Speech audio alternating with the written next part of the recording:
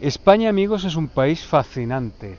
Y no es fascinante por su gastronomía, ni por su arquitectura, ni por su patrimonio, ni por su cultura. Se está transformando en un país fascinante desde el punto de vista del comportamiento humano, donde nos estamos transformando en un tipo de sociedad que no es la que esperábamos, por lo menos yo no la esperaba así.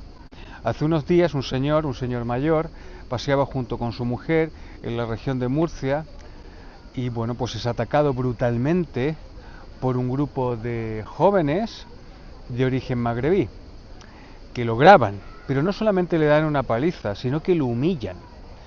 El humillarlo parece que era una parte muy importante de esta paliza, ¿no? De este castigo que estaban perpetrando estos chicos. Y esto se suma a una serie de casos que están ocurriendo en nuestro país, no solamente en Murcia, sino que en otras ciudades, grandes y pequeñas, donde personas que en su gran mayoría provienen de culturas que son totalmente opuestas a la nuestra, que son totalmente incompatibles, pues se dedican a aterrorizar a la población local. ¿Y esto qué ha generado? Ha generado que los vecinos de estos lugares, de estas ciudades, de estos pueblos, como ha pasado en Torre Pacheco, como ha pasado en Alcalá, como ha pasado en Sabadell, pues se organicen y protesten, manifiestan, externalizan su enfado por esta situación, por la inseguridad en la que están viviendo los barrios y en lo que se ha convertido, ¿no? Y estos vecinos, en lugar de ser acompañados por los políticos, son ignorados y señalados, sobre todo por la izquierda española, que es nefasta, siempre ha sido nefasta para los trabajadores sobre todo y para el pueblo. Pues estos vecinos son señalados por estos políticos como ultras, como nacionalistas, como fascistas, evidentemente, que sabéis que es el comodín que se emplea día sí y día también para etiquetar a cualquier persona que muestre su descontento, ya sea con el gobierno totalitario que tenemos o con cualquier otro tipo de circunstancia. Pues estas personas son señaladas, estos vecinos no son acompañados por los políticos y están totalmente indefensos ante estas tropas, estas jaurías de personas que están totalmente descontroladas. Y no solamente que estén descontroladas, sino que actúan con total impunidad, porque cuando realizan este tipo de actos vandálicos bueno, este tipo de actos intimidatorios y violentos contra las personas, pues además los suben a las redes y además se hacen vídeos, se graban vídeos mofándose de los españoles, diciendo que, oye, vais a tener que aguantar lo que sea, porque vamos a llegar a ser mayoría, porque nos dan dinero, porque esto, por lo otro. No sé si esto será del todo verdad, pero lo cierto es que muestra una tendencia, ¿no? Una tendencia de un grupo de personas que claramente está en guerra con nosotros y nosotros no estamos en guerra con ellos y no debemos estar en guerra con ellos porque se supone que tenemos que convivir todos en paz y en tranquilidad, pero me parece que para estas personas ese concepto no existe del todo. Y lo más tremendo y lo más terrible de todo esto es la actitud del gobierno y la actitud de los políticos relacionados con la izquierda, abandonando a los ciudadanos completamente, como lo han hecho siempre, y podéis ver los titulares en los cuales se dice por activa y por pasiva que los vecinos son grupos ultras, que se están movilizando, que están cazando inmigrantes, lo que no es verdad. Simplemente son vecinos cansados por la situación en la que están viviendo, por la inseguridad, por los robos, por los atracos, por las ocupaciones, por todo. Porque al final del día esos vecinos, como la gente normal de la calle, ve que no tienen derechos frente a los otros, que están totalmente impunes ante cualquier delito que cometan estas personas. Y eso es lo que le preocupa a la población. Y eso es lo que los políticos, sobre todo los de la izquierda, no logran entender, sino que se dedican a señalarlos, a ponerlos en una casilla, en una etiqueta, como si fuesen ultras. Y yo creo que eso no ayuda a resolver el problema, sino que lo agudiza. Declaraciones como la de la señora Montero o la señora Yone Belarra, que creo que son las personas más malvadas que ha generado la política en España en los últimos 30 años. Son personas despreciables que en lugar de escribir un tuit o una carta dando su apoyo, aunque sea moral, a este señor, a este anciano que fue tremendamente apaleado, brutalmente apaleado por estos jóvenes, no dice nada, sino que se preocupa más que nada en pedir la legalización de todos los inmigrantes y en señalar a todos estos ultras, los vecinos, ¿ah?, de esta cacería que están haciendo contra los inmigrantes.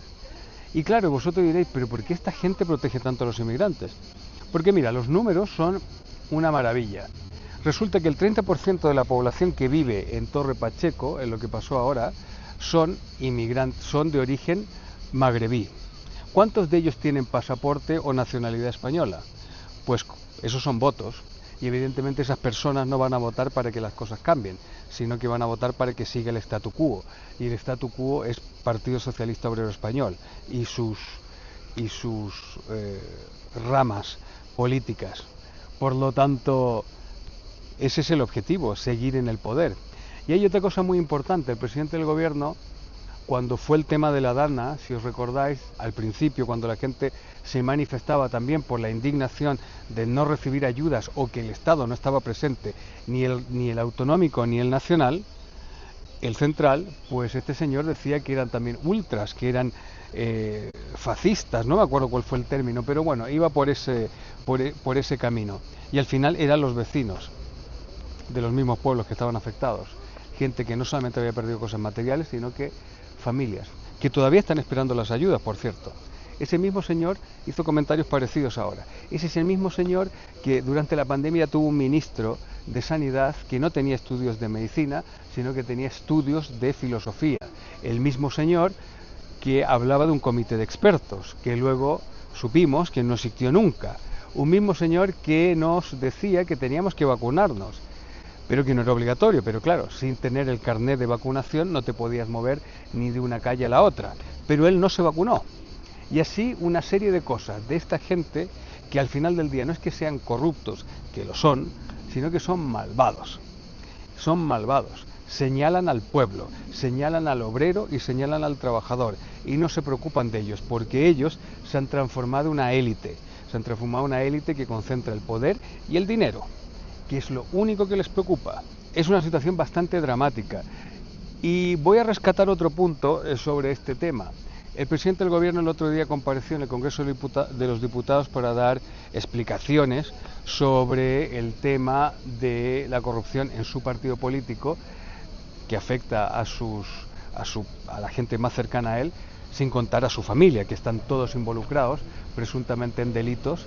Y ahora lo que nos hemos enterado que hasta el piso que vivía él se compró presuntamente con dinero proveniente de prostíbulos, tanto femeninos como masculinos, regentados por la familia de la señora Begoña.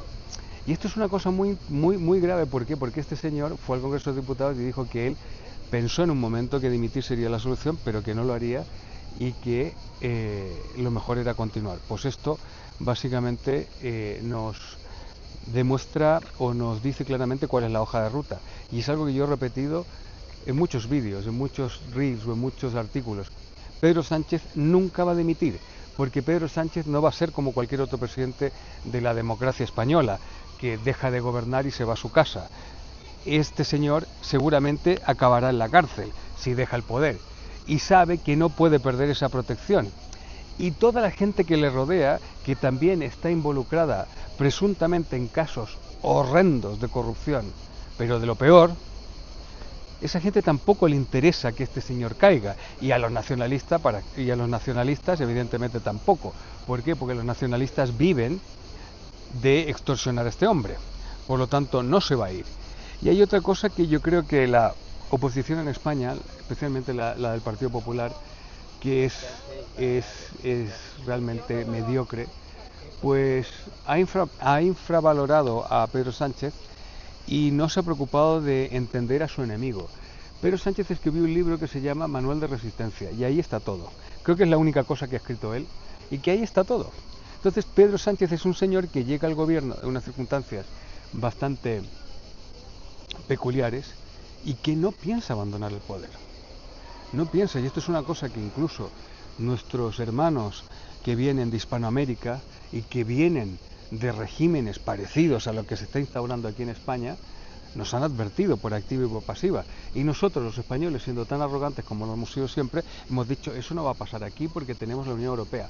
A la Unión Europea, que es un chiringuito ideológico hoy en día, le interesa de sobremanera tener a Pedro Sánchez. Porque el gobierno de Pedro Sánchez es un gobierno globalista y va a aplicar la Agenda 2030, sin rechistar. Y eso es lo que le interesa a la Unión Europea. Y seremos como un conejillo de Indias para aplicar todas esas políticas y todas esas medidas y todas esas directivas. En octubre del 2025 se aplica el euro digital.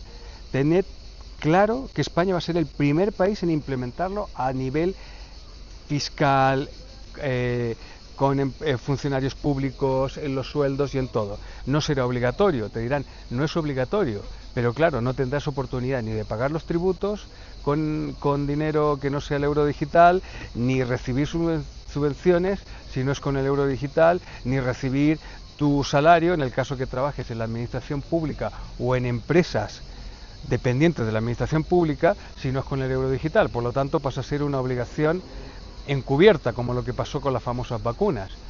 Yo creo que esa es mi teoría de que va a pasar eso. Y por lo tanto a la Unión Europea de la señora von der Leyen, pues un señor como Pedro Sánchez, que es un señor corrupto y que no tiene moral ni ética, pues le viene como anillo al dedo para aplicar todas estas políticas. Al señor Bill Gates y a todos estos amiguetes con los cuales él se reúne cada vez que hay algún encuentro de estos fantásticos para hablar de cosas globalistas. No hay que olvidar que hace unos días les dio un montón de millones a la iniciativa de Bill Gates para la vacunación internacional, cuando los enfermos de ELA todavía están esperando que se les dote de recursos para sus dolencias y se mueren, pero claro, son españoles, no importa, y a lo mejor no les vota, tampoco importa.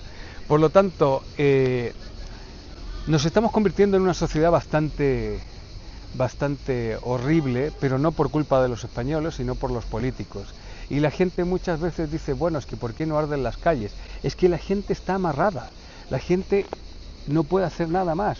El régimen del 78 ha creado un sistema en el cual la gente está esclavizada, ya sea a los trabajos, al Estado, por una forma directa o indirecta. Por lo tanto, poco pueden hacer. Poco puede hacer una familia, sabe que tienen que sacar adelante a sus hijos y esto. Y lo otro es que la gente joven se está marchando de España en grandes cantidades, He leído un artículo con datos bastante alarmantes sobre una universidad de Barcelona, en la cual de lo que son los egresados de una carrera del año pasado, el 75% se fue de España. 75%. Y vemos que nuestras calles y nuestras plazas se están llenando de otras personas que no necesariamente tienen los estudios adecuados para vivir, para aportar a nuestro sistema. Y esto no es un tema de ser racista o ser clasista, sino que simplemente es un tema de tener las cosas claras. Estamos acogiendo una serie de personas a las cuales se les engaña por una parte diciéndoles que aquí van a vivir de una manera fantástica cuando no es así, porque les dejan tirados en las plazas y en las calles sin documentación alguna. Por lo tanto, ante esa situación que están indocumentados, administrativamente no existen, por lo tanto poca posibilidad tienen para surgir o para prosperar. Y luego se nos dice que son menores, que son personas que escapan de la guerra. Yo no sé qué guerra hay en Argelia o qué guerra hay en Marruecos, pero bueno, que escapan de la guerra y que son menores. Y claramente no son menores, son personas que algunos deben tener incluso casi 30 años. Y son todos hombres en edad militar. Por lo tanto, hemos construido un caballo de Troya, lo hemos dotado de recursos y lo hemos llenado de soldados.